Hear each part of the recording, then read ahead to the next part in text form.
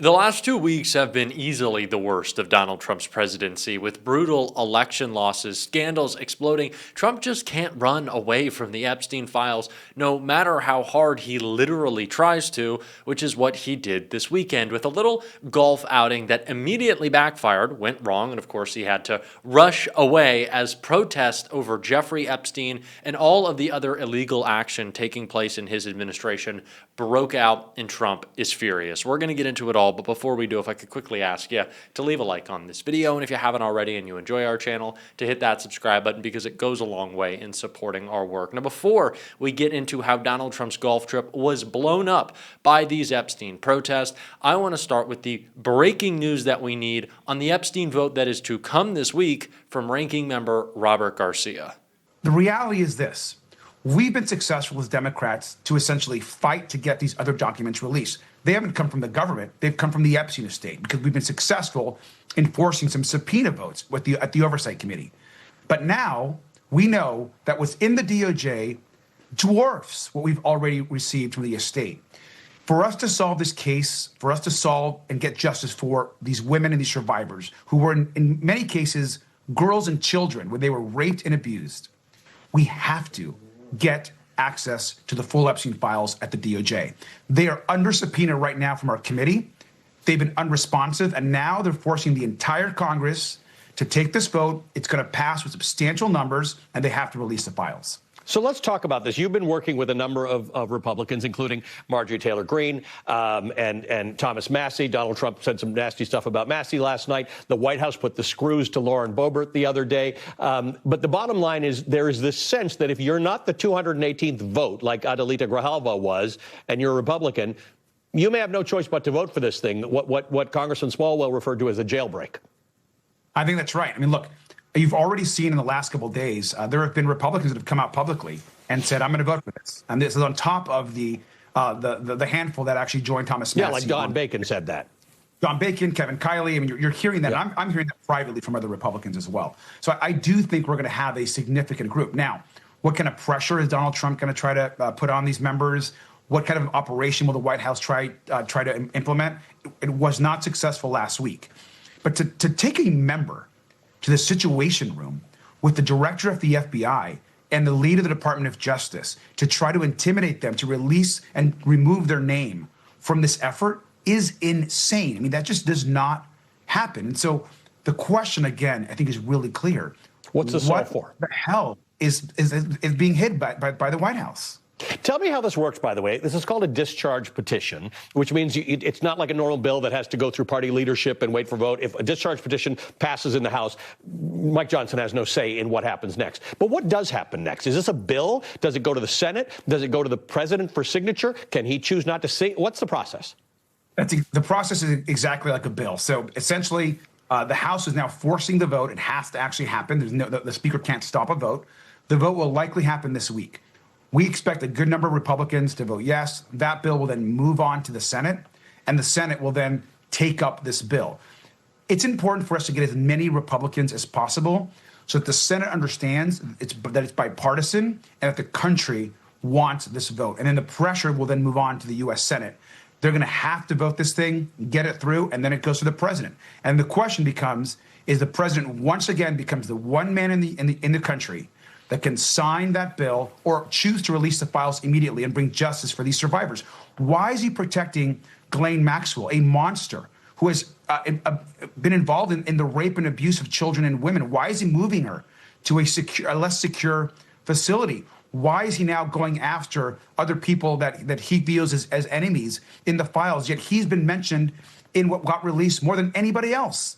More than anybody else. Interesting. His name shows up more than anybody else, any other single person's name in these emails and texts. 20,000 documents, absolutely. Now, Republicans. It is not just so damaging to Donald Trump that the Epstein files are going to be released. It is so damaging to Donald Trump, the number of Republicans who will vote for that release. We are currently seeing the fracturing of MAGA like never before, not just with the base furious with Donald Trump, splintering within MAGA media. They're going to war with each other. Ben Shapiro is fighting Tucker Carlson, is fighting Candace Owens, is fighting Megyn Kelly.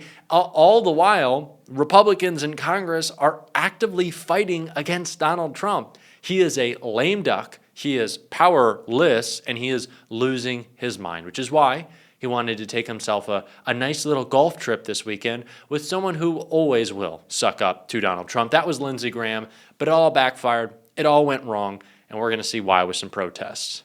Lindsey Graham wrote on Twitter, "What a great day playing golf with Donald Trump. So much fun today at the Trump-Graham Golf Classic that will benefit the Republican cause greatly. President Trump was very generous with his time, and I appreciate all who made this hugely successful. Thank you, Mr. President." All the while, we saw protests across the country, like this one, where people were telling Donald Trump to go fuck himself as they marched through the streets of Charlotte, North Carolina, against the corrupt fascist Trump administration and ICE. There was another massive anti-Trump protest outside the White House as protesters demanded the resignation of Donald Trump following the release of new Epstein emails.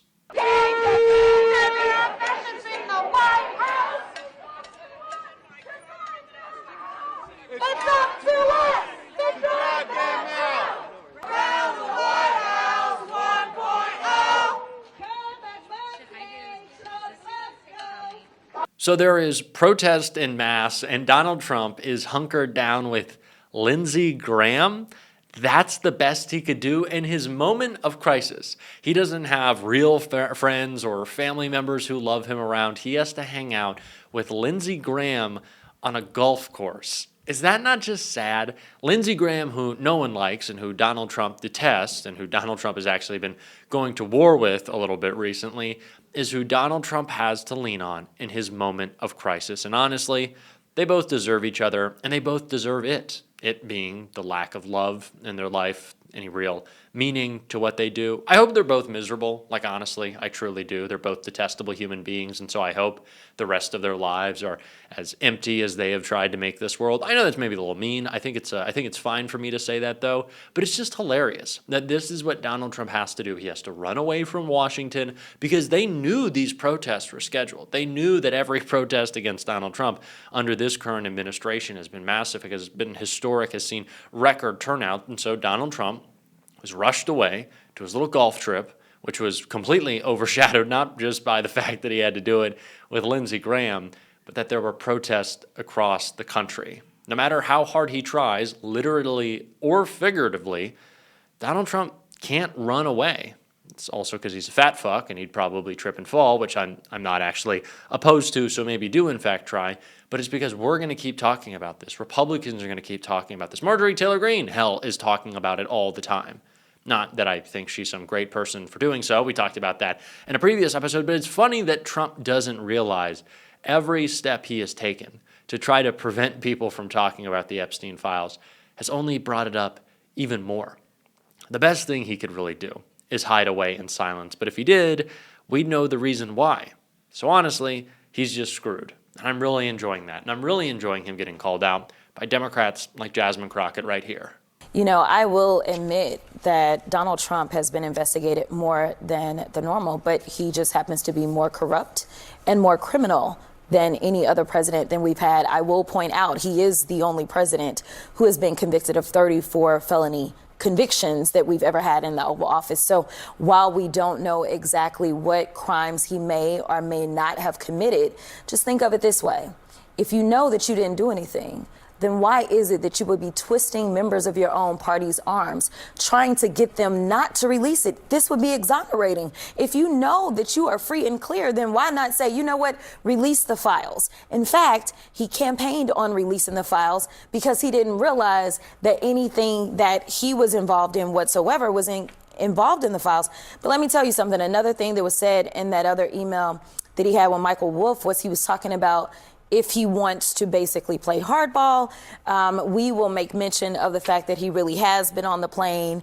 And I don't remember if it mentioned the island. Let's actually put that email up just so our viewers can fully understand what it says. I just hope the control room can put this email up. It says, I think you should let him hang himself. And this is in response to a question of whether CNN would plan to ask Trump in a town hall about the relationship with Epstein. Epstein said, how do we craft an answer for him? And Michael Wolff says in this email, I think you should let him hang himself.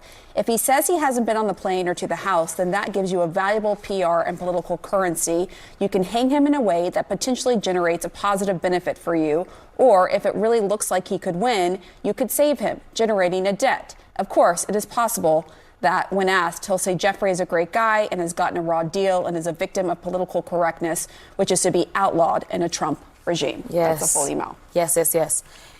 That is clear that Jeffrey Epstein had something to hang over his head. Why else or how else could you have a debt that you are able to? Now, exactly what it was, who knows, right? And that's what we're trying to get to the bottom of. But the fact that Trump does not want these files to be out, to me, says that he has more to hide than him actually being able to exonerate himself. And then the other email talking about that we used initially, I'm just trying to find that email so I can be really precise here. But it talks about how Epstein is emailing Maxwell saying that Trump was with a victim at his house for several hours. This is an email from April 2nd, 2011. Republicans are saying that that victim is Virginia Giuffre. As you know, she died by suicide. She's been very outspoken.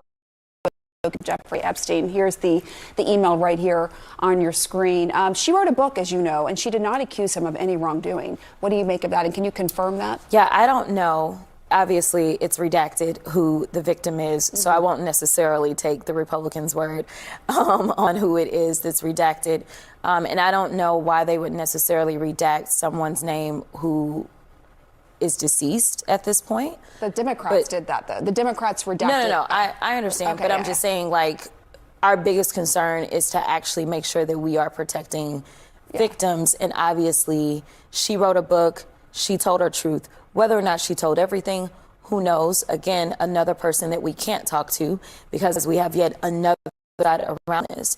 So I think that that's actually one of the things that we should talk about, is that the president has tried to call this all a hoax. I don't think you have this many people dying around a hoax. I don't think you have somebody trying to hide files around a hoax. We know that there's something there. We know that his own attorney general had to admit that he is in the files. But they are trying to hide stuff. The only reason that we have these emails is because we were able to get them from the estate. Not because the Department of Justice was releasing information, not because Kash Patel was releasing information, even though they've had subpoenas from the Oversight Committee for some time. This is how loud we need to be all the time. This is how much we need to be beating the drum. It does not matter if the vote passes next week, if we do not continue to talk about this, continue to hold Donald Trump accountable, continue to circulate the rumor about him and Bill Clinton somehow is the new story. Like, we've gotten that far, but we're going to keep talking about it on this show. If you want to support that, as always, you can hit that subscribe button, leave a like on this video. If you stuck around to the end, drop a blue heart in the comments. Keep on fighting, y'all. Don't let them silence you. Until next time, I'll see you soon.